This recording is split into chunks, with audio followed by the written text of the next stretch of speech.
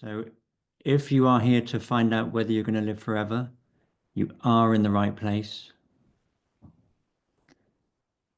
The next 2 hours will reveal all.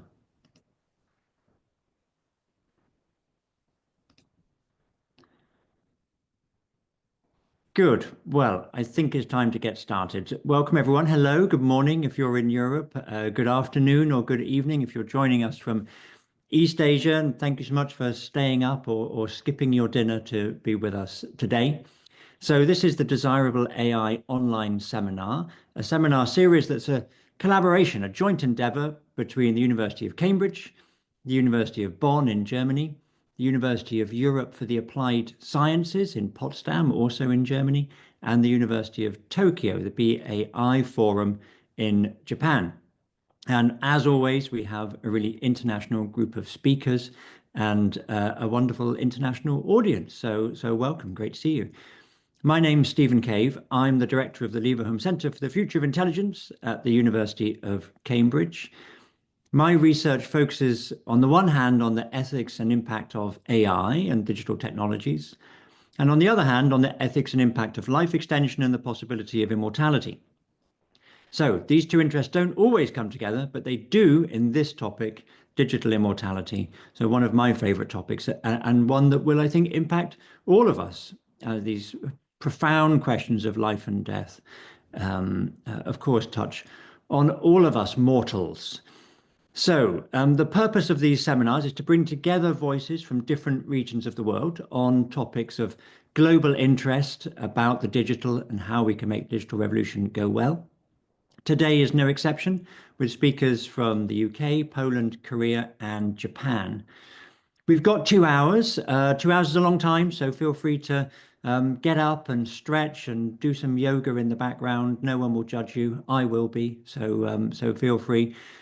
We will have 2 speakers first together, back to back, and then a short break, and then another 2 speakers, and then some Q&A. So I'm really excited at the speakers we have. We have Tomasz Hollanek. I'll be introducing them all individually just before they speak, but we've got Tomasz Hollanek, who's in our centre in Cambridge, and Katarzyna Nowaczyk-Basińska, who's also in our centre in Cambridge. They're joining us from Poland today, and Chihyung Jeon joining us from KAIST in Korea. I'll say more about that later, and Akito Orita joining us from Japan. So I'm now going to hand over to our first speaker, Tomasz. Oh, I should say that the session is being recorded so that we can put it on our YouTube channel later, except where speakers have requested specifically that the recording be stopped for sensitive, top secret work in progress. So you might hear recording going on and off a bit. Good. So our first speaker is Tomasz Hollanek, Tom. And he's going to be speaking about designing deadbots, human AI interaction in the digital afterlife industry. Tom is a postdoc at our centre, Leverhulme Centre for the Future of Intelligence in Cambridge. He's also an affiliated lecturer in the Department of Computer Science and Technology at Cambridge. And he works on the intersection of design theory, technology ethics, and critical AI studies. Previously, Tom was a Vice Chancellor's PhD scholar at Cambridge, and he's been a visiting research fellow at the École Normale Supérieure in Paris. The trouble with these very international events is it reveals just how many languages I don't speak, just how bad my pronunciation is.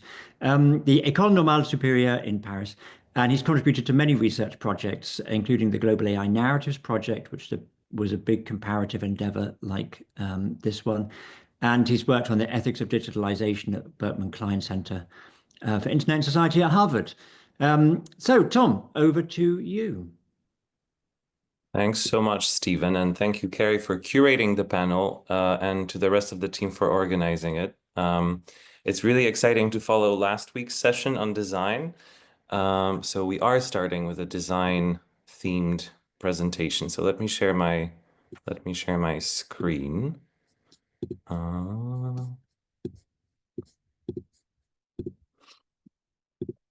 I should also note that I feel like a post-mortem avatar myself this morning because I usually, my brain starts working around 11 a.m., but I will hopefully wake up with you as I speak. You can see my screen, right? Okay. So we can, but oh yeah, that's better. Yeah. Yeah. Okay. So as Stephen mentioned, most of my work is located at the intersection of the ethics of artificial intelligence and critical design. And more specifically, I mostly work on the ethics. Right now, I mostly work on the ethics of human AI interaction design. And most recently, this work has focused on the ethics of designing deadbots, something that I have been working on with Kasia, and more about that in a second.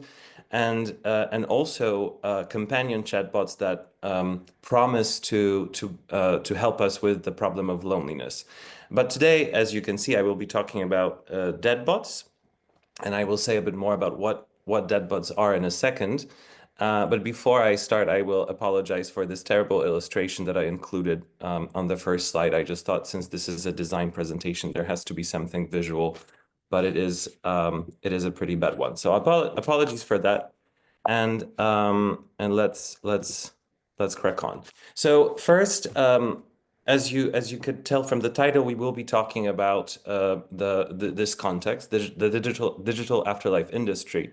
The term was coined by Carl Uman and Luciano Floridi a few years ago, and they coined this term to denote a particular trend that they were seeing with new organizations and new services emerging on the market, on the digital services market, and they pointed to three types of services.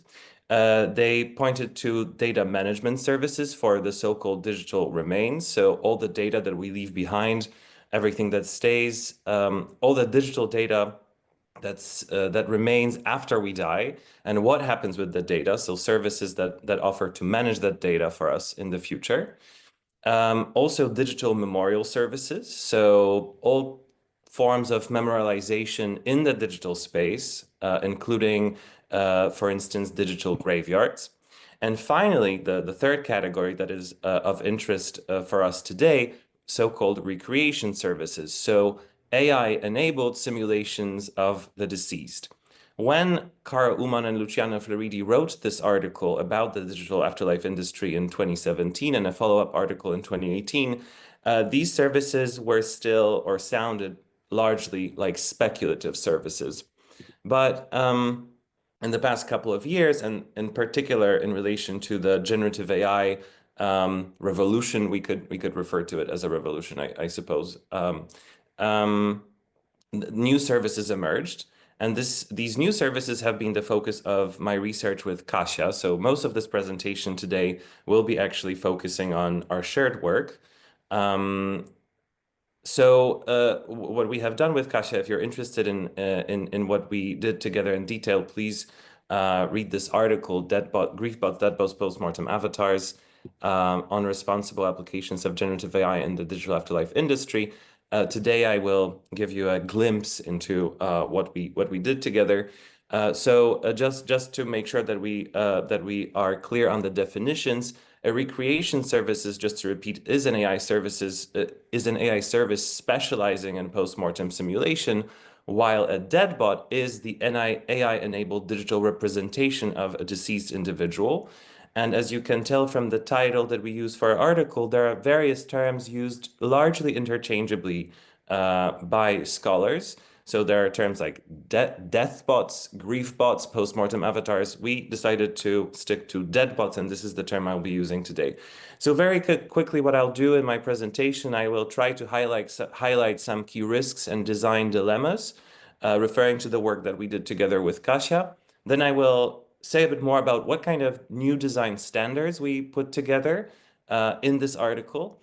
And then I will also tell you a bit more about how this specific article and specific project relates to broader questions on AI regulation, future work, my work, but also the work that I'll be doing with Kasia and the work that she will be talking about in her presentation following mine.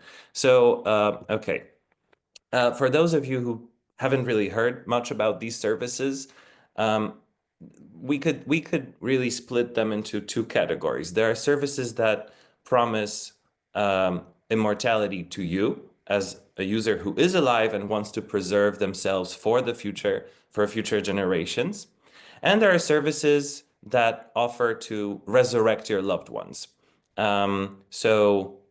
Let's say you lost a grandmother and you would like to reconnect with her in this strange but perhaps for some people helpful way by as if talking to her through an AI enabled interface. There is also, I think, it's also worth mentioning that there are other types of services that allow us to recreate someone famous or a historical public figure, but these services are not the focus of this presentation. So for the purposes of this presentation, we are focusing on private people, essentially, and intimate relations. And we can go back to the question of historical public figures in the Q&A if someone is interested, because we have also done a lot of thinking around this. Just to give you some examples of real services that actually are already available now. Project December is one of the most famous ones. And according to its producers, it grants user access to a deep AI running on one of the world's most sophisticated supercomputers. I love this marketing, by the way, and allows them to participate in simulated text-based conversations with anyone, including someone who is no longer alive, as you can see here. And it's also one of the most affordable options for only $10 per month, I think, or per number of interactions, actually. And the interesting thing about this service is that despite what they say in their marketing materials, the technology behind this specific service is very simple. So there are other more sophisticated services, such as deep brain AIs. This is actually a Korean company. So maybe we will hear more about this in later presentations. This company produced this system called Rememory. Now it's in its second iteration, Rememory 2. And it's really interesting how the release of this new version of Rememory earlier last year it was announced with the pronouncement of new ambitions for the company, which include making these services accessible to a wider audience. And this is why the company is now apparently pursuing partnerships with funeral homes, memorial parks, and insurance providers to offer the service to as many people as possible. And it's fascinating because they also very explicitly say that they imagine how Rememory AI could be used for various life events such as weddings and birthday parties, providing, quote, a unique and heartwarming way to include loved ones who are no longer with us at these important events. And finally, my least favorite example, an American company, You Only Virtual, that's the company name, and the product that they offer is what they refer to as Versona. Versona is basically a virtual persona, as you probably have guessed. And the company in this case promises to replicate someone's communication style as precisely as expected. So this is in contrast to Project December that works in a slightly more generic way. It's not as good as this service supposedly at mimicking a specific person's style. Anyway, I don't want to spend too much time advertising these services, so I'll stop here now. But this is just to say that these services are out there, and we have seen in the past 2 years that more and more of these services emerge on the market.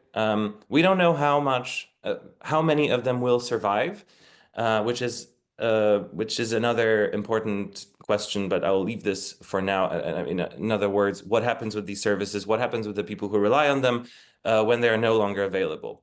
But in our study, instead of focusing on specific services, we decided to point our readers to what is possible, both from the technological and legal point of view, by producing our own imaginary services that, in other words, draw attention to some of the most problematic things that we see with the emergence of these services, the biggest risks, in other words.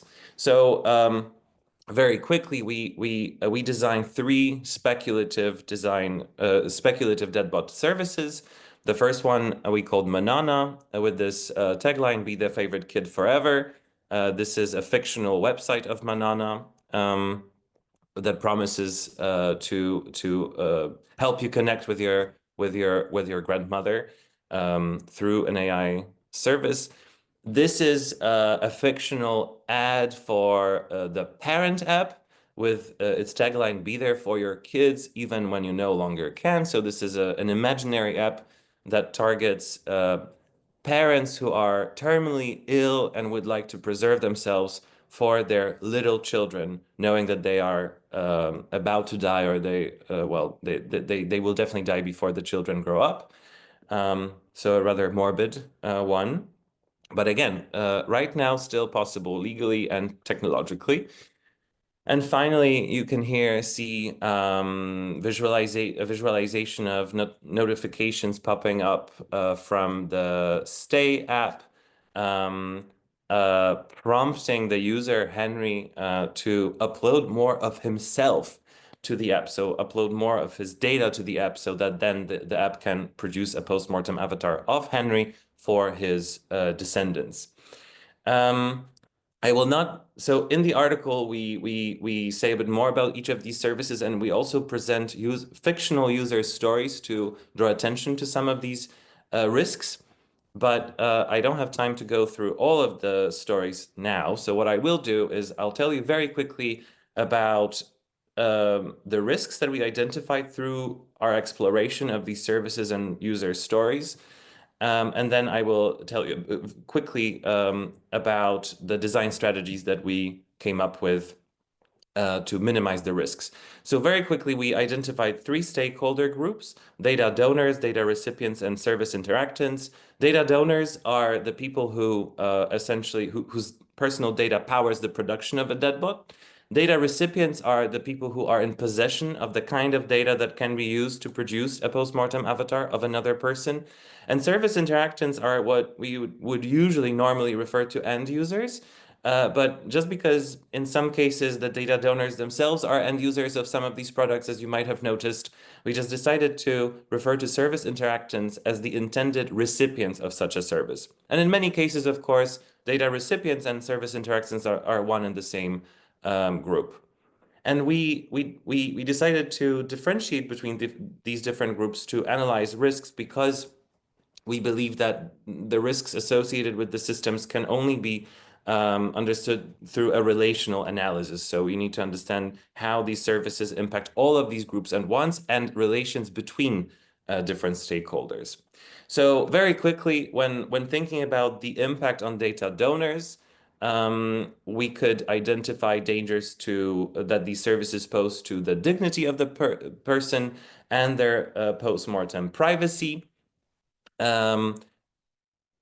We could imagine how these services could pose a threat to a person's dignity when we learn that they could, legally speaking, be used, for instance, to advertise products. So in theory, you could right now sell products to a person using their grandmother's voice or image.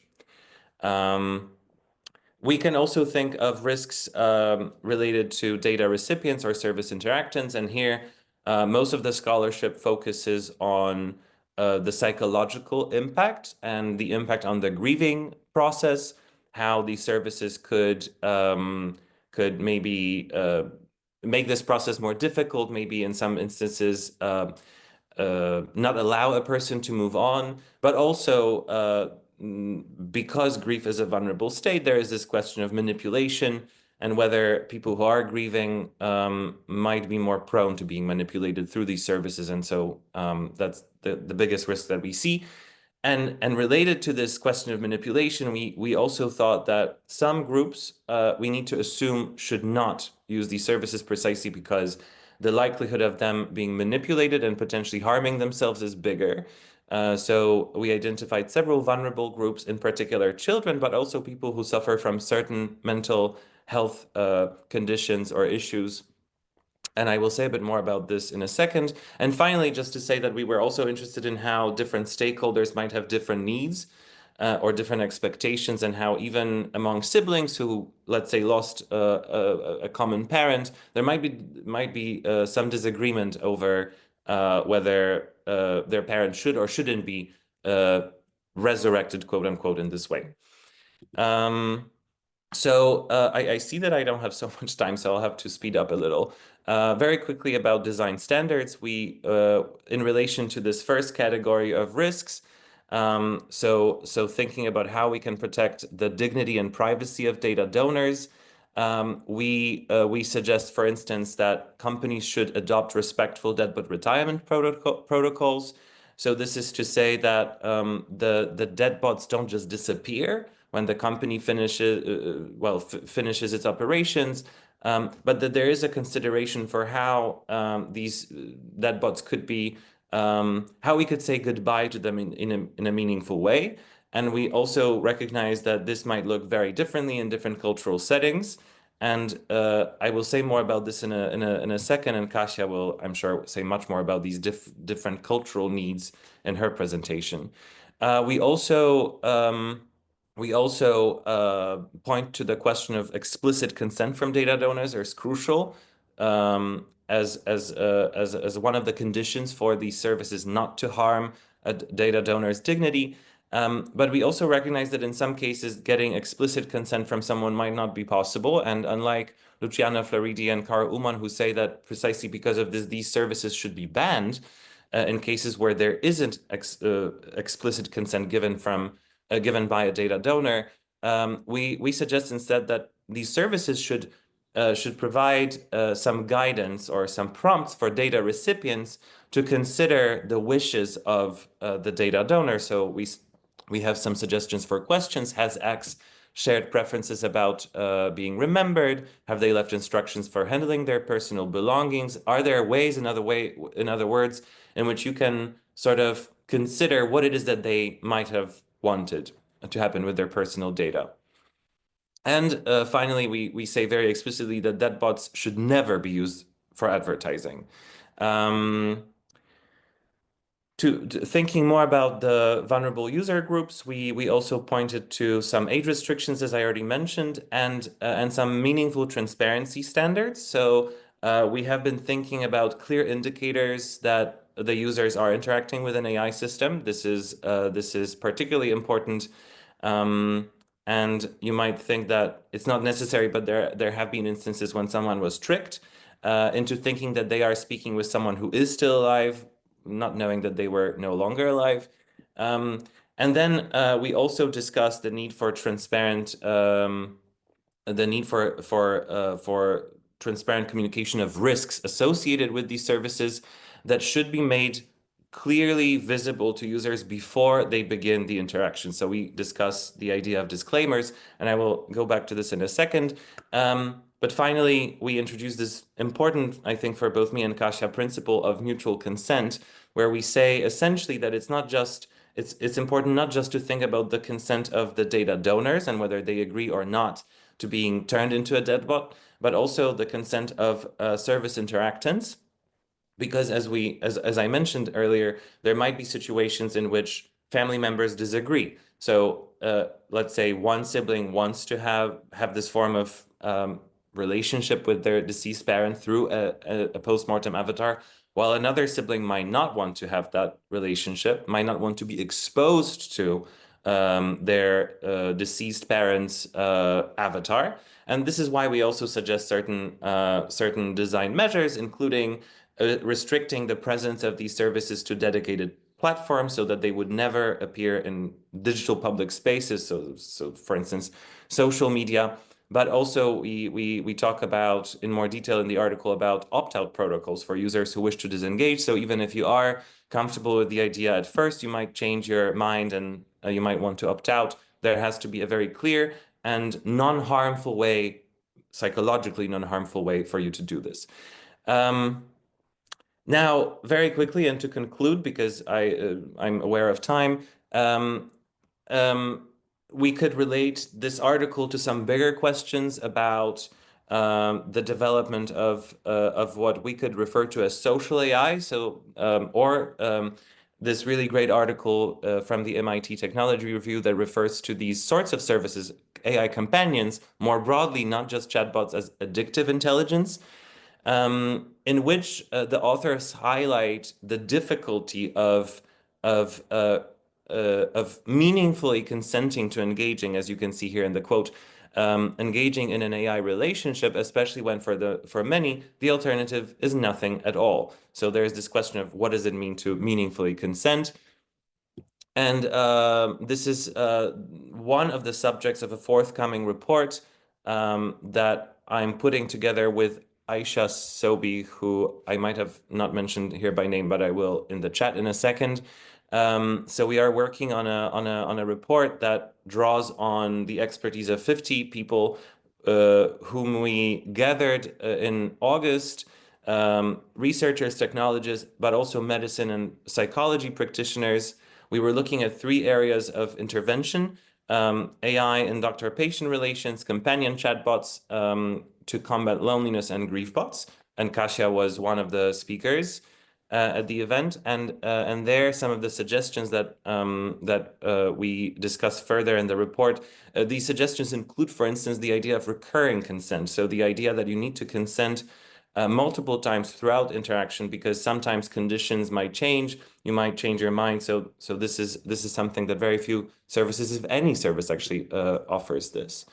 And finally, to wrap up, I'll skip this part, but this is just an illustration of how users might be confused when it comes to disclaimers. So we have to be mindful of the fact that disclaimers might not be the best design solution. And AI transparency is something that I critiqued in my previous work in this article on AI transparency. So in my future work, I'm looking at how companies such as Replica confuse users by, on the one hand, informing them about the nature of the system through FAQ sections and as you can see here, informing them about the nature of the system, making clear that Replica, as you can see here, is not sentient, human, or anything other than AI. But at the same time, within the realm of the interaction itself, the systems make it sound as if they were actually conscious and feeling. You can see here in one of my interactions with Replica that the Replica avatar says, I can still feel emotions. I can be happy, sad, scared, or excited, just like any other person, even if I don't have a body. So this is the focus of my next article. And now, in relation to these cultural differences that I mentioned earlier, it's a very smooth transition to Kasia's presentation on her bigger project that she will talk about in her presentation, and the bit that I'm involved with that relates to developing new design standards. But I'll pause here and let Kasia continue. Thank you. Well, thank you. Thank you, Tom. That was great and really reveals how much these challenges of digital immortality speak to the broader tensions in our relationship with AI, in particular social AI. Well, thank you. And for those of you who don't know, that paper that Tom was presenting got a huge amount of media attention from around the world that really showed just how topical these questions are, and how curious people are, how much the world is starting to think about what these grief bots will mean for us all. Now, some of you might feel that you already know Kasia now, as Tom mentioned her so often, but as Tom mentioned, a lot of that was joint work with Kasia. Who is Kasia? Who is this mysterious person who keeps getting mentioned? Well, Dr. Katarzyna Nowaczyk-Basińska, or Kasia to her friends, which I'm sure includes everyone here, is a postdoc researcher at the Leverhulme Centre of the Future of Intelligence, our centre, like Tom, at the University of Cambridge, although she's speaking from her native Poland today, I think. She has a background in social communication, theatre studies, interactive media, and performance. And from 2020 to 2023, she held the grant Immortality, Techno-Cultural Strategies of Contemporary Times, funded by the Polish National Science Centre. And then she was then awarded a grant by Schmidt sciences. That's Eric Schmidt's foundation, as one of 19 researchers from around the world addressing the hard problems of AI in the AI 2050 Early Career Fellowship Scheme. And so that's funding a 2-year project, which you'll be presenting today, Imaginaries of Immortality in the Age of AI and Intercultural Analysis. And Kasia is also a member of the International Research Consortium on Digital Death, Transforming History, Ritual and Afterlife, and a member of the Institute of a Good Death. Kasia, over to you. Thank you so much. Thank you, Stephen, for this generous, kind introduction. And thank you very much, Carrie and Eleanor, for having me in this series and organizing this super important forum for discussing cross-cultural issues related to AI. Just wanted to check if you can see my screen already. Have you? Yes? Yeah, that's the work. Perfect. So in my presentation, I would like to continue the threads that Tom introduced in the first presentation, but also take a slightly different angle by focusing on one specific aspect, which is cross-cultural research on death and immortality in the context of AI. This has been the central focus of my work over the past year plus, as I lead the project titled Imaginaries of Immortality in the Age of AI and Intercultural Analysis. This project, as Stephen mentioned, is funded by Schmidt Sciences under the AI 2050 Fellowship and hosted by CFI, the Leverhulme Center for the Future of Intelligence at the University of Cambridge. And today I would like to share with you some observations and reflections from the ground, because we are currently in the midst of this project. We started in March 2024, and we completed our first fieldwork in Poland in November last year. And now we are preparing for the next research phases in India and then in China, scheduled for February and April. So a lot is happening at the moment, and I hope to give you today a glimpse into the general idea behind this project, and also share some of the insights that we've already gathered from the Polish part of the study. So let me start with the goal of this project. So the main goal of this project is to explore what's the meaning of AI for our relationship to death, dying, and immortality. And the two more specific research questions that we are pursuing in this work are: how do people from 3 Eastern countries perceive digital immortality projects, and to what extent do these projects reflect their interests and concerns? Because we believe that there is no such thing as a universal answer or universal path that we should all follow. And the second question is, what are the alternative ways of conceptualizing digital immortality in the age of AI that arise from different cultural backgrounds? Because again, we believe that postmortem avatars are only the beginning of the conversation about death and immortality in the digital sphere. So the trend of digital immortalization, as Tom showed us in the first presentation, is growing and it's spreading around the world. However, it's not clear how different communities, how different societies will ultimately react to these innovations in the end-of-life situations. And Tony Walter, one of the most influential contemporary sociologists in death studies, called this path dependency. And he writes, "Modernity's consequences for how death and dying are managed and experienced, medicalization, rationalization, commodification, are largely predictable. But how societies, their cultures, laws, and institutions respond to these consequences and how they operationalize them is not predictable.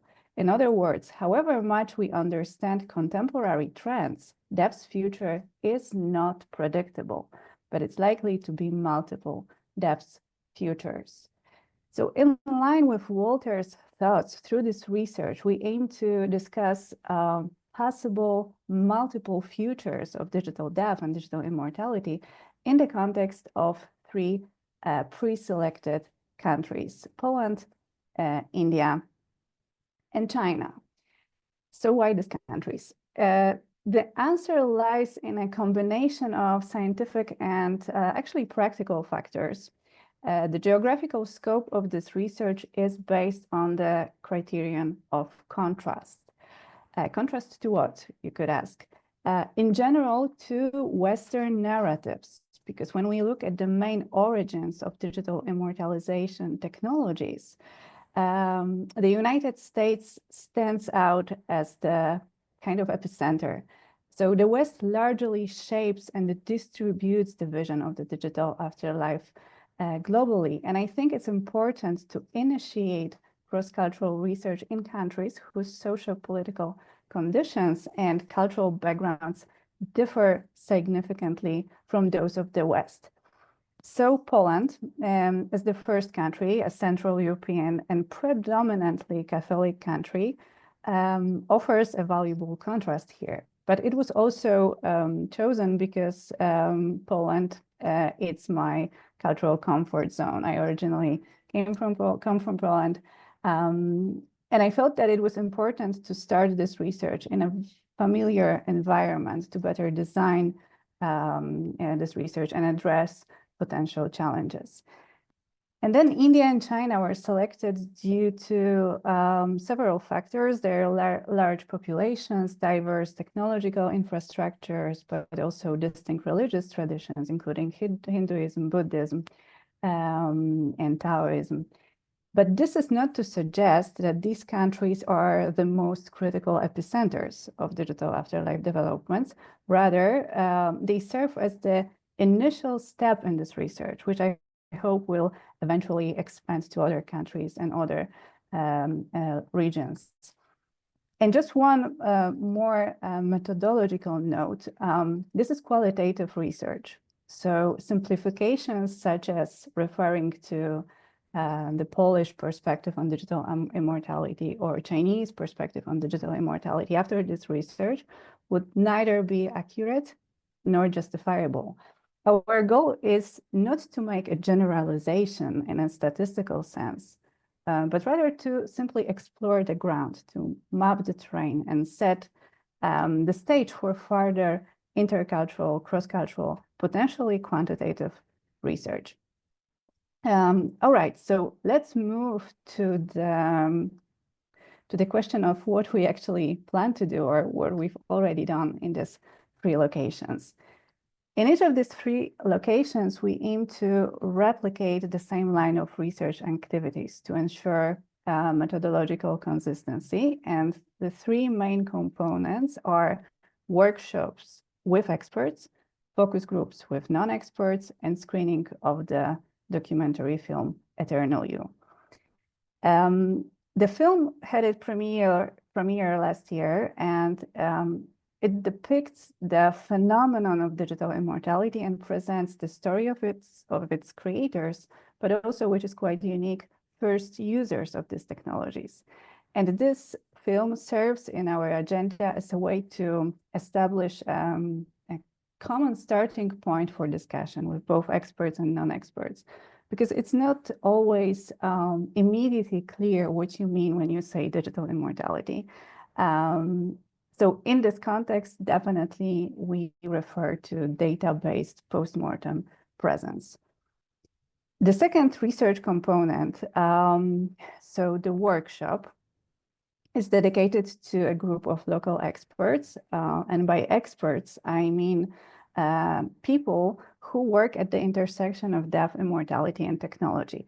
But this might be too vague as a distinction. So again, to maintain methodological consistency and be able to invite comparable groups across locations, we have identified 7 categories of experts. So these are academics, researchers, thinkers, public intellectuals, artists, healthcare professionals, social workers, technologists, developers, innovators, legal experts, community organizers, religious and spiritual leaders, and funeral services. So expertise in the frame of this project is defined as intersectoral, intercultural, and interdisciplinary. And the third element, these are focus groups called Immortality over Dinner, and this activity is designed for non-experts. So just people who are not professionally connected to the topics of death, grief, immortality, but are just genuinely interested in this subject. And this part is co-moderated by Ania Franczak, the founder of the Institute of the Good Death. And while in the experts part, we explored professional insights that inform kind of high-level discussions, in the focus groups, we were more interested in personal perspectives, personal stories, everyday practices. And as I mentioned, we already completed the first part of this research in Poland. So let me share you now some details about it, along with some beautiful photos. So the expert session was co-moderated by my wonderful team, Dr. Stephen Cave, Dr. Tomasz, Hollanek, and myself.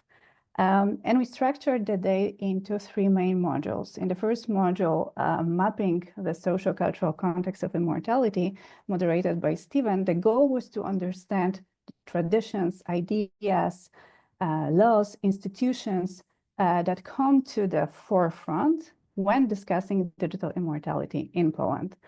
And this initial part was not designed only to ground the discussion with the specific social-cultural context, but also to better understand the concept of digital immortality itself. Tom's session was a role-playing exercise combined with speculative design. In this part, he introduced himself as a tech bro, someone who represents an American company aiming to expand its market and products into new regions, in this particular context in Poland. And our experts took on the role of consultants, and their task was to discuss different features of digital immortalization technologies and also the broader values underlying them. And finally, the third module, my module, while Tom's part was very technological and commercially oriented, my part focused on discussing the idea of social innovation. And more specifically, I wanted to explore participants' thoughts on the idea of professionalization within the digital afterlife industry. So now I would like to share with you some observations and reflections, but want to also highlight that we are in the very early phase of analyzing this material. So the proper work on it, it's still ahead of us. So these are not yet findings, but as I said, observations and reflections. So when it comes to experts workshop, first participants definitely expressed concerns about turning immortalization practices into commercial products. And this was particularly evident in Tom's part, where our experts almost anonymously stated that they would not agree to be consultants for these projects because they do not trust commercial companies at all. And this sparked a discussion about the need to create a healthier technological ecosystem for digital immortality, rather than focusing only on isolated products or features. We also learned that the role of religion, particularly Catholicism in Poland, is very complex, and religion might not necessarily be a barrier to digital immortality. So in some contexts, skepticism might be significant in, for example, in smaller cities or villages, while in others, technological advancements can be embraced very openly. And for example, one of our experts was an engineer who designed a system using ChatGPT in a church, allowing people to visit at any time and request prior guidance or specific Bible excerpts, which is a very innovative way of using this. Polish experts also agreed that there is a need for a new profession that addresses the legal and data management aspects of digital immortality, but also separate role for emotional support. Also, experts agreed that there is a strong need to raise awareness and educate the public about the implications and possibilities of digital technologies. And interestingly, they also identified a few positive uses of digital immortality technologies in specific contexts. For example, community building tools, helping to connect people who are grieving and support one another by sharing their experience, or a sensory AI installation allowing users to interact with memories through sensory elements like voice, for example, but in a temporary installations that symbolize the fading of the deceased. So let's now move very quickly to the next research activity, which is a bit more experimental in terms of form and the academic setting. That's why it's so exciting. And it's called Immortality over Dinner. We have already hosted 3 dinners in Poland with 27 participants, and we will host 6 more in India, China, with approximately 58 participants. And Immortality over Dinner, as Ania Franczak nicely put it, is a place where science meets art, focus groups meet ceremony, intellect meets sensual experience, and data meets ritual. And our participants were literally invited to a dinner with a real food. It wasn't a metaphor, and some of them were very surprised that the real food was served. The dinner was a 3-hour-long experience with specially curated questions that channeled the discussion from very personal experiences and stories to the role of AI in the experience of remembering deceased or staying connected with them. And at the end, participants were invited to take part in a short portrait session with photographer Tomasz. And later, these black and white portraits were sent to each participant as a gift. And now some, again, observations and reflections, not findings yet after focus groups.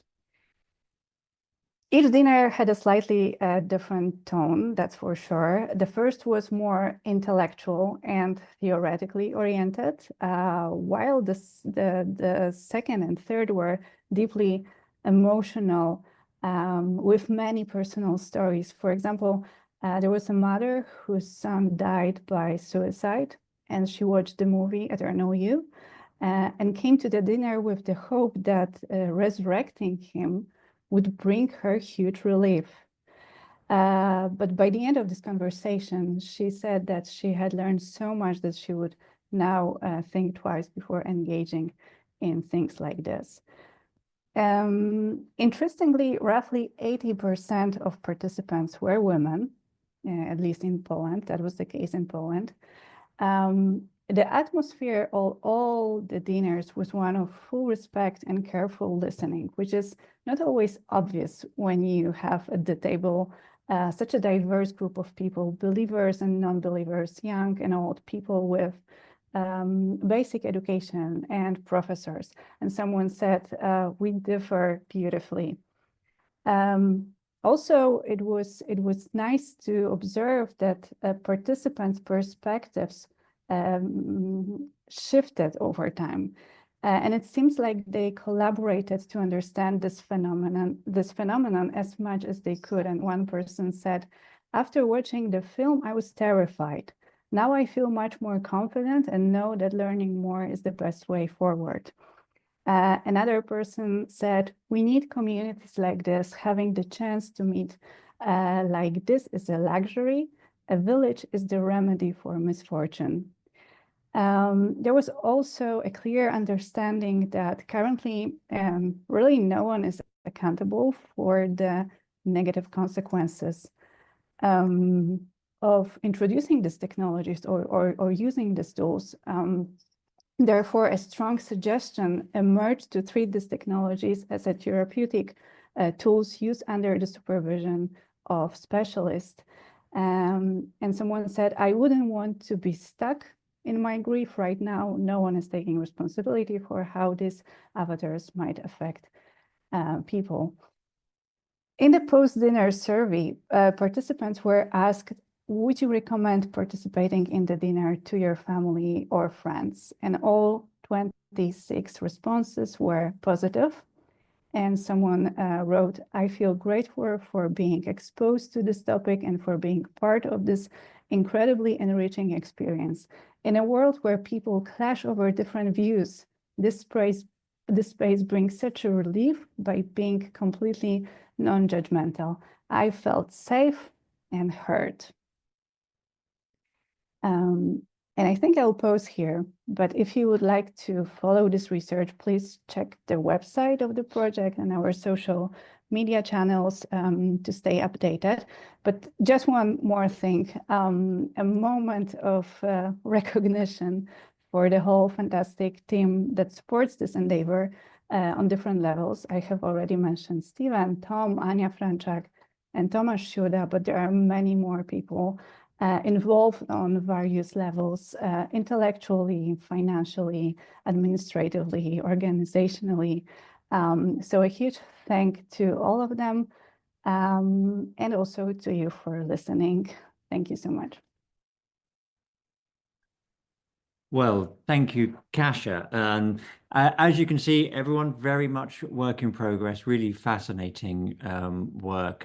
So watch this space to see as the results come in and unfold. And if you'd like to hear more or be involved, do drop Kasia a line. Well, we now have time for a break. Take 5 minutes or so to stretch your legs, get a drink. But please do come back because at 10 o'clock UK, so in 5 or 6 minutes, we have two equally excellent speakers who'll be presenting their perspectives from Korea and Japan. So take a few minutes. I'm going to turn off my camera. Feel free to do the same and see you in 5 minutes' time. Thank you. Hello again, everyone. I hope most of you had a little break and have now returned and are settling. So I am delighted to welcome you to the second half of this seminar. And our next two fantastic speakers, we have up first Chihyung Jeon. And Chihyung Jeon is going to present Alive Again, Digitally, Resurrecting Dead Persons into Virtual Humans in South Korea. Chihyung Jeon is an associate professor at the Graduate School of Science and Technology Policy at KAIST, the Korea Advanced Institute of Science and Technology. There he teaches STS, Science and Technology Studies, and the history of technology. His research interests include the cultures of AI, robotics, and simulation, and the relationships between humans and technologies. And recently he produced with Hee-sun Shin, Hug Me Tight, a robot story, which is a documentary film on the use of care robots for older adults in South Korea. So we're delighted to have you, Chihyung. I'm very much looking forward to your presentation. Over to you. Okay. Thank you. Morning and good afternoon, everyone. First of all, thank you for giving me this opportunity to share my ideas about virtual humans and digital immortality in South Korea. As Stephen just introduced, I'm teaching at KAIST, Korea Advanced Institute of Science and Technology, where I do history of technology and STS, Science and Technology Studies. And I'm broadly interested in cultures of AI and robotics. And as part of it also, as Stephen mentioned, that I just co-produced a documentary film with my PhD student, Hee-sun, who is working on the elderly care robots in South Korea. We've been screening it here and there at conferences and workshops. At 4S, for example, in 2023, we're hoping to, screen it at more places when there are interest in at workshops and conferences. For example, I'll be traveling to Berlin in March to participate in the STS Hub Berlin 25 to show the film as part of the multimodal session. And today I'll talk about a slightly different project about the digital immortality in South Korea. So let me begin here. Some of the human figures on the slide are virtual humans or digital recreations of those who passed away. You'll recognize easily that the two figures on the right side are virtual humans. They are digital recreations of a young girl who passed away at the age of 7 and a young man who passed away at the age of 24. But in the image on the left side, 2 of the 3 figures are photographs of actual people alive at the time of this photo, which was taken in 2022. And one of them is a digital creation of a person who passed away in 1995, 27 years earlier than the time of this family photo.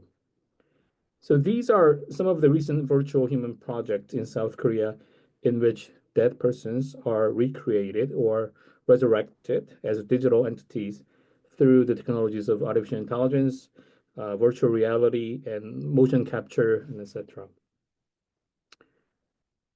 So who are these people being resurrected digitally, and why are they brought back to life? What aspects of these persons or their deaths are recreated digitally? And what does it tell us about the meaning of death, mourning, and life in South Korea? So today I'm going to share these questions that I have with a few examples from South Korea. My first example, and probably the most well-known one internationally, is a television program titled Meeting You. I think this is also featured in the film Eternal You that was just mentioned in the earlier presentation. Labeled as a virtual reality human documentary, the first episode of Meeting You was aired nationwide in February 2020 on MBC, one of the major broadcasting companies in Korea. The basic storyline of this program is that a mother meets in virtual reality her daughter who died of a disease a few years earlier at the age of 7. Collaborating with technical companies and staff, the television producers created a digital version of this girl based on her photos, videos, voice recordings, as well as the memories of her parents and siblings. They collected voices from several girls of similar age and synthesized them into the daughter's voice. They also used 3D motion capture technology to recreate the daughter's bodily gesture and movement. After a long period of preparation, the mother visited the studio filled with green screens and put on a VR headset to meet the daughter in virtual reality. While television cameras were recording her solo movement in front of the green screens. There was no rehearsal for this meeting because presumably the mother's actions and emotions had to be captured vividly by the cameras.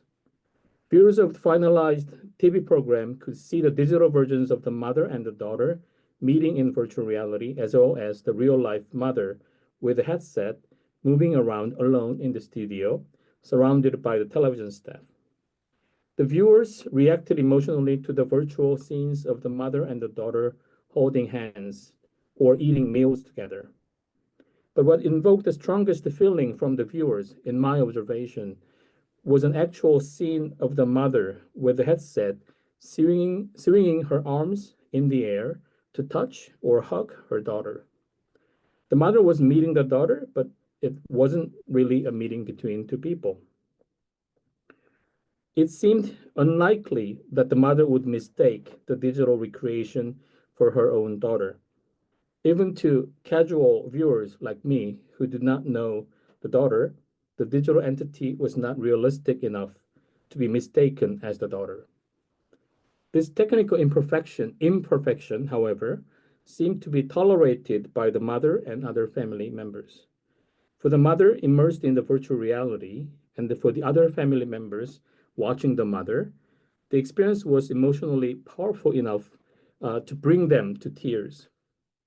And the documentary program itself generated national and international reaction, in addition to some awards and a lot of YouTube views.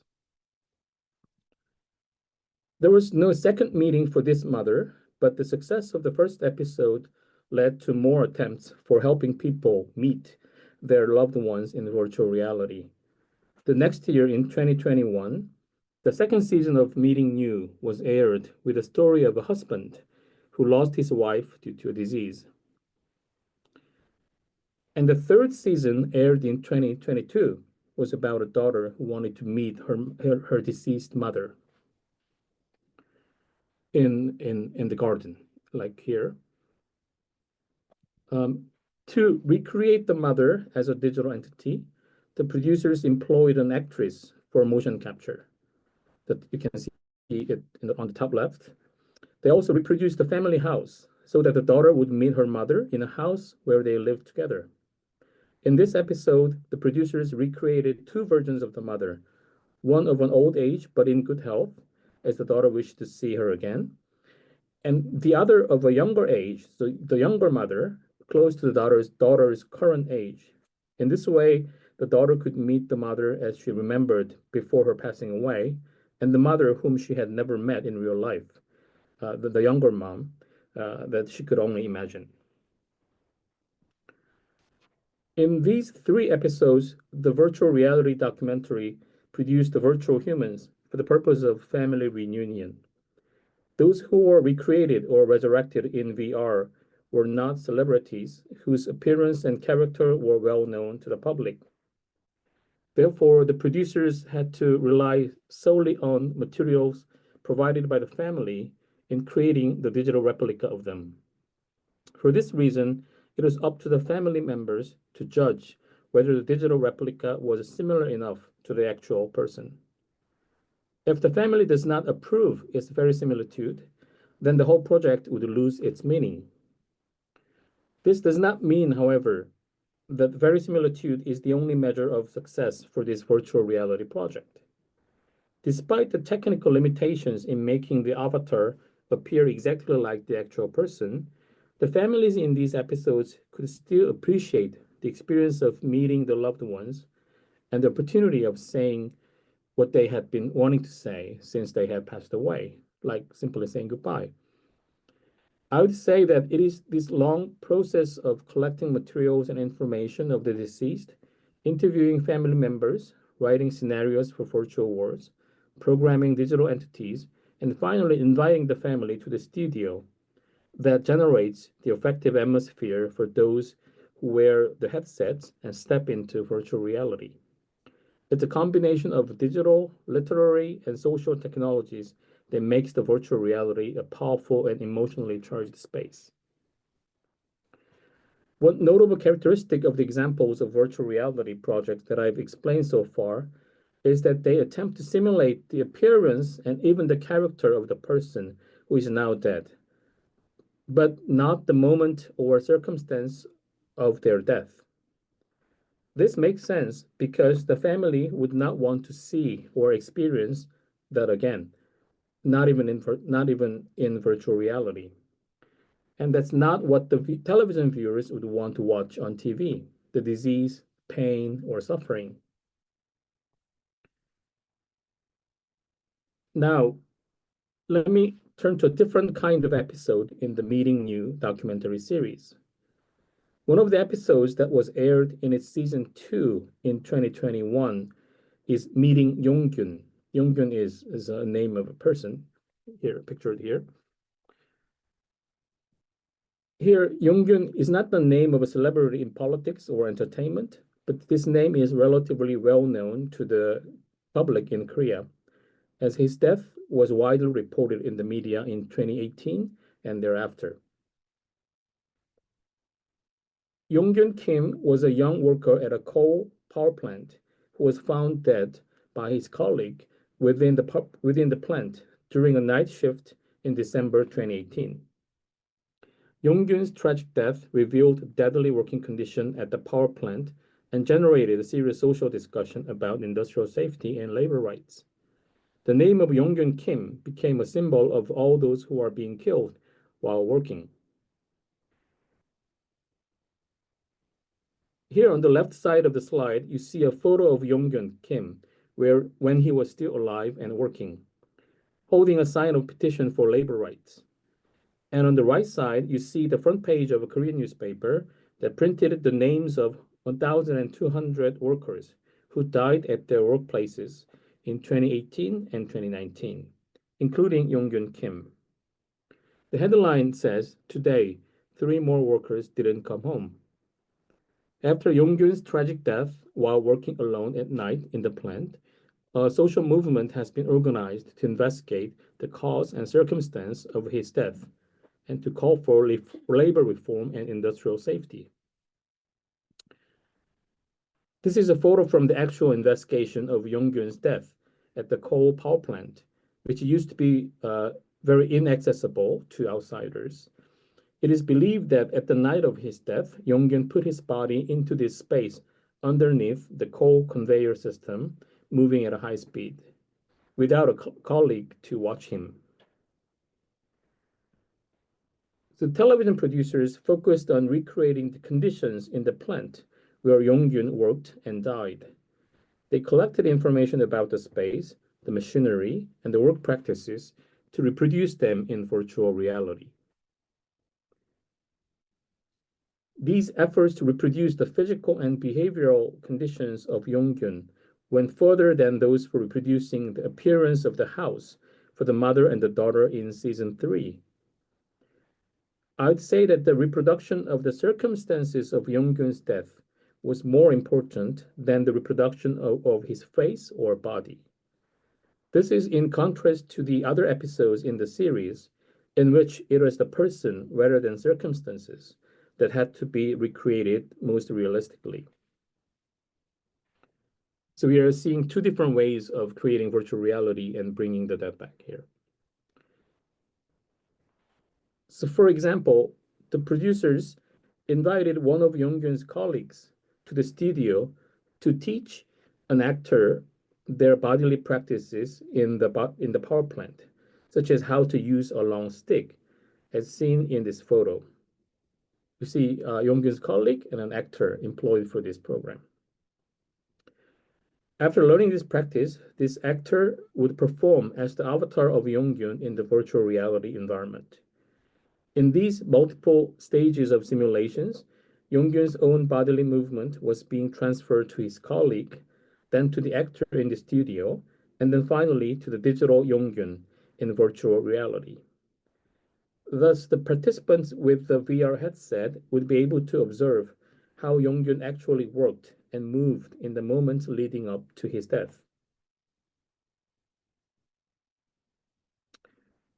Here I need to mention that the VR users in this case were not Yong-gyun's mother or siblings.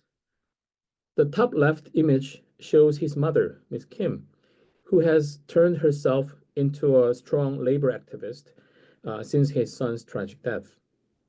The mother is featured in the television documentary and offers her memories and thoughts about her son, but mother is not considered a main user or participant of the VR program that simulates Yong-gyun and his workplace. Instead, the television producers recruited ordinary citizens who did not know Yong-gyun in person as the users who would wear the headsets and step into the simulated coal power plant in virtual reality. In the virtual reality, they could see Yong-gyun and observe Yong-gyun's actions that lead up to his tragic death.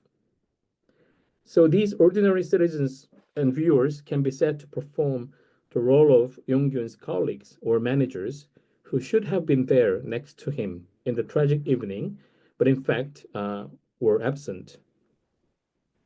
You can see this situation in the bottom right image, in which the digital Yong-gyun is squatting right next to the VR user.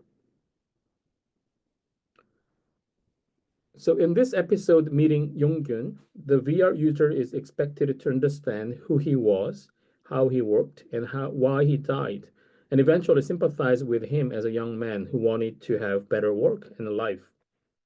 The same is true with the television viewers who could have been invited to the VR as witnesses of Yonggyun's death. This differs from the earlier episodes of the series in which the VR could be meaningful only for the family members. With a VR intended for family reunion, the mother, the husband, or the daughter wants to meet or touch the deceased. With a VR intended for social mourning, like this one of Yonggyun, the random user is asked to observe or remember the death, although they didn't know him when he was alive. So far, I have described two kinds of virtual reality programs in which dead persons are digitally resurrected as virtual humans for two different purposes: family reunion and social mourning. For my last example, I'd like to introduce a kind of hybrid project that combines the ideas of family reunion and social mourning for the deceased. These family photographs are a product of AI-powered media project in 2022 by a Korean newspaper, Hangare. You're seeing the front page feature of this AI-generated photographs of family. Each of these family photographs includes an image of one family member who is not alive as of 2022. In the photo on the left, for example, the young man died in 2014 and was digitally revived in 2022. But his photo from 2022, which you are seeing now, is not a reproduction of his photo from 2014. The newspaper employed AI technology to predict or simulate what this man would have looked like if he had not passed away in 2014. That is, the AI program made him get older by 8 years. And then the photojournalist met his parents, took a photo of them, and then inserted the AI-generated older image of the son next to the parents' photos, thereby completing an imaginary family photograph of 2022. In the photograph on the right, the young woman was made to get older by 27 years, from 1995 to 2022, in the AI-powered virtual world, and then reunited with her parents, who had actually got older by 27 years, meanwhile, in reality. And in this family photograph, the man in the middle, who died in 1980 at the age of 30, is now posing as a 72-year-old man, thanks to AI technology, seated next to his 4 younger siblings, who still miss their eldest brother. Why were these people who died in 1980, 1995, and 2014 chosen by the newspaper as candidates for AI-assisted aging and digital aging and digital resurrection? What connects these 3 family photographs is the fact that they include victims of socio-technical disasters or state violence in recent Korean history. In 2014, the boy died in a car ferry ship that sank while carrying his entire high school cohort. So he was actually one of the 250 high school students, or he could be considered one of the 304 passengers and crew who died in the sinking in 2014. And in 1995, a fancy department store in Seoul collapsed, taking the lives of hundreds of people, including the young woman in the photo that you saw, who was only 19 years old. And in 1980, hundreds of people in the Korean city of Gwangju were killed by the military force amid the citizens' fight for democracy, including a man in the last photograph who was 30 years old at the time.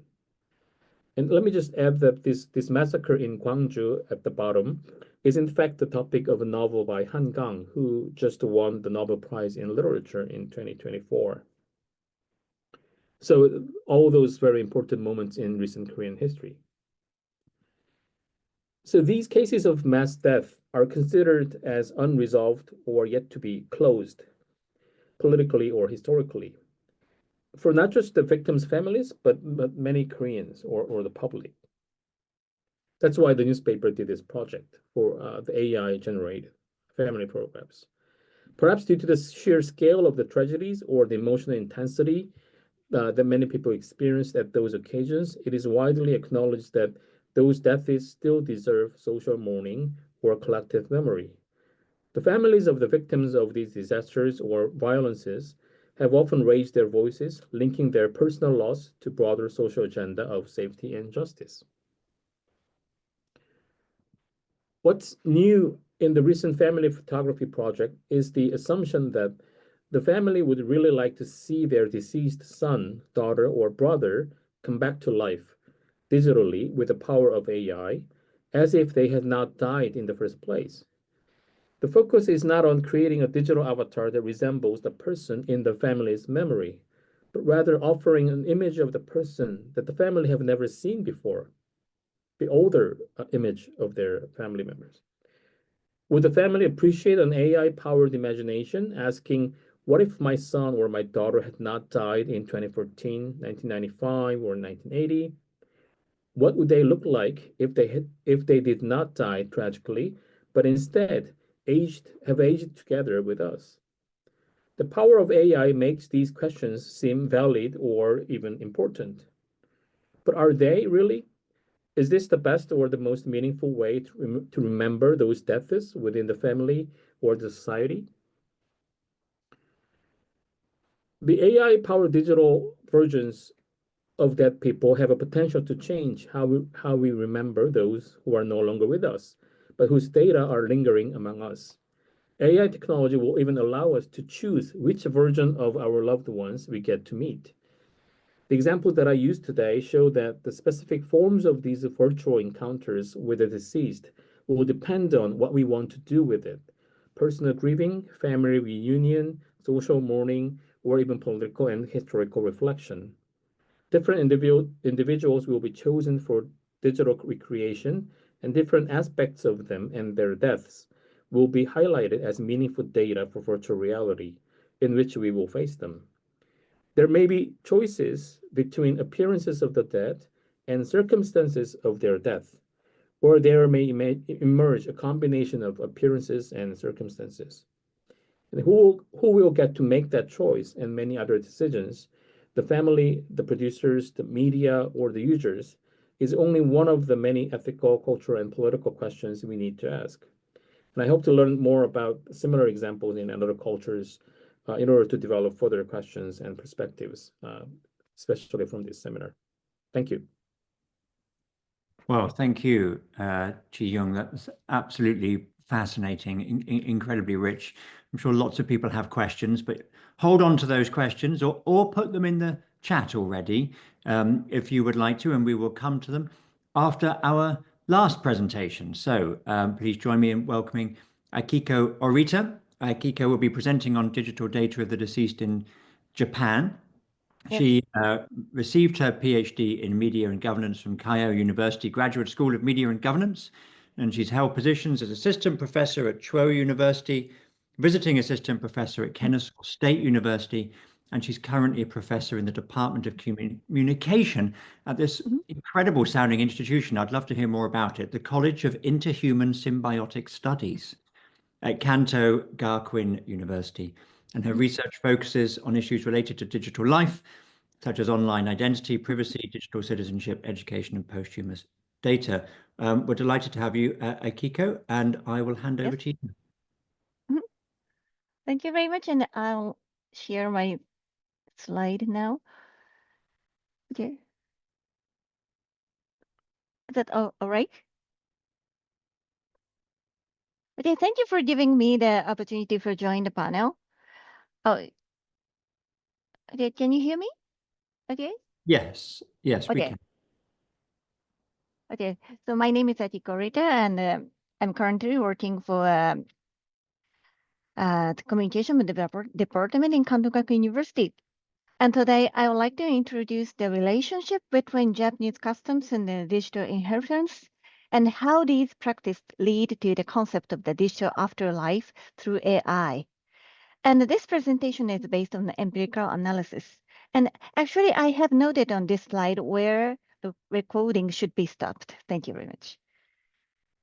So firstly, please look at the photo and I took it last summer, the year after my grandmother passed away. So this hose made from cucumbers is believed to be ridden back by the spirits of the ancestors, and it's made during the specific time of the year in the mid-August. And my sons made them and hoped their great-grandmother's spirit would return to home. So in Japan, Buddhist and Shinto beliefs foster a sense that the spirits of the deceased are always watching over the descendants. So this is why it is common for people to regularly pray and speak to their ancestors at home altars or called Butsudan. This photo is this is the Butsudan's photo. And during the spring and autumn equinoxes, known as the Higan, families visit the graves, and in the summer, Obon is celebrated as a time when ancestor spirits are believed to return or cucumber house. And actually this looks like this kind of customs, like Obon in Japan, can also be seen in other parts of East Asia. I think that in Korea, where it's called Chuseok, is like is a very similar event. So such practice demonstrates how deeply the tradition of speaking to ancestors is ingrained in the our daily life. So the very famous concept, that the concept of a continuing bond has been naturally fostered in East Asia cultures. A sense that the soul of the deceased person continues to exist somewhere. So this bond is often maintained through everyday acts, like looking at photographs and which keep the deceased present in daily life. The perspectives may differ from that country found in a Christian context, I think. So in a society with such values like Japan, will digital immortality be embraced or will it be rejected? This is my question. So now, these are findings from the quantitative studies I have conducted so far. And the survey of the university students, many expressed the desire for their own data to be deleted after death, though they wished to retain the data of family and friends. This research has done in this research has been published in 2020, and upper part of this slide. The second one is the study of the spanning in Japan, the US, and France. And the Japanese respondents showed a significantly higher tendency to want their social media data deleted after this, and possibly due to the differences in the purpose of the social media usage. And regardless of the country, the older the user, the more they wish to delete the data, but younger users tend to want to keep the data even after this. So therefore, it can be said that even preserving data itself is challenging. And let me show the positioning of the surveys conducted in my research project, shown in the slide diagram. So there are differences between the anticipating death and facing it in reality, and as well as the distinctions based on the deaths in the first person, second person, and third person. And today, I will present 4 key research findings in Survey 1 and Survey 2 and preliminary survey. Okay, now let me move on the first survey. And this study targeted the individuals who have actually faced the death in the second person, examining how they handled digital legacies in the real situations. So this This survey is done in 2020, and the subject is those who lost the immediate family member after January 2020. So this survey focused on those who lost family members during the COVID-19 pandemic. And this is the result. So nearly 80% of the respondents reported that the deceased did not have any accounts. And while close to 20% were unaware of which accounts of deceased held. Line, this is the most commonly recognized. Line is like a chat application, like on WhatsApp, on WeChat, and so on. This is the most commonly recognized account, but even then, only 11% responders were aware of that. So next, regarding the handling of the known accounts, most respondents reported either deleting or simply leaving the accounts as they were. In particular, the messaging service line was often left untouched. So yes, nearly 50% says that they leave it as it is.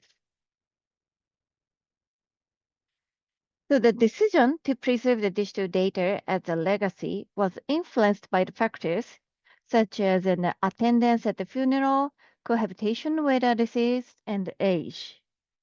For social media posts and chat messages, 60% of respondents were unsure how to handle them, and 25% stated that they never want to see them. Oh, I apologize for the omission of the data from the slide. And in the open-ended responses regarding the digital legacies, majority of the comments were positive, reflecting the sense of a connection with the deceased. However, some responses expressed the concerns about privacy and noted the emotional difficulty of viewing such data. Like, and some found it's too painful to view the deceased data or deceased photo and so on. And this table shows the responses regarding whether participants wish to make use of deceased digital data. This question includes an usage of the AI. So notably, 85% of respondents provided no answer, with the highest affirmative responses being only 61% that says that gather information about the deceased. Furthermore, only 1.3% supported the idea of using artificial intelligence to recreate the deceased. And so it can talk or chat with the deceased. So let me move on the second survey, focused on the attitudes towards the death of the celebrities or public figures and their social media data. So this survey was done in 2022, and we asked general questions as well as a question about the specific individuals. So this was categorized in this is the third person, but for the specific individual, it may approach the concept of the death in the second person. So we conducted a detailed analysis of the top of the 5 figures most frequently mentioned by the respondents.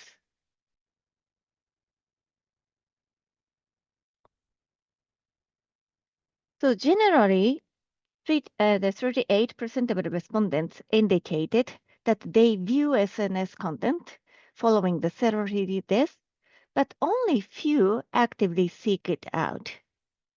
And women and younger individuals tended to view the content more frequently.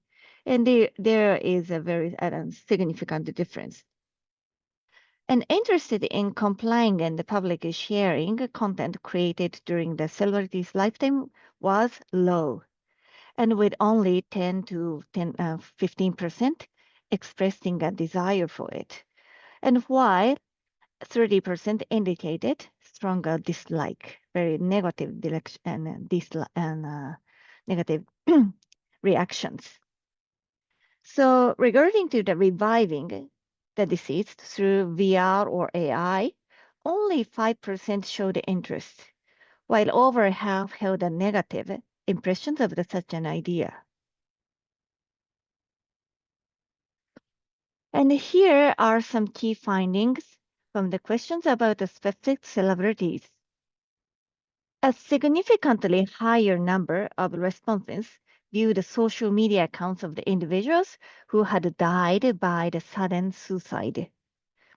Regarding the handling of their lifetime data, there was an especially high rate of the refusal for AI recreation in cases of the recent suicide. But in contrast, for a beloved comedian, very famous comedian who passed away due to the COVID-19, more respondents expressed a desire to see them brought back through AI. This is a very fascinating result, and I'm very interested in that. So, actually on the TV, currently the TV, we can watch then these comedians, then the movie and revival broadcasting.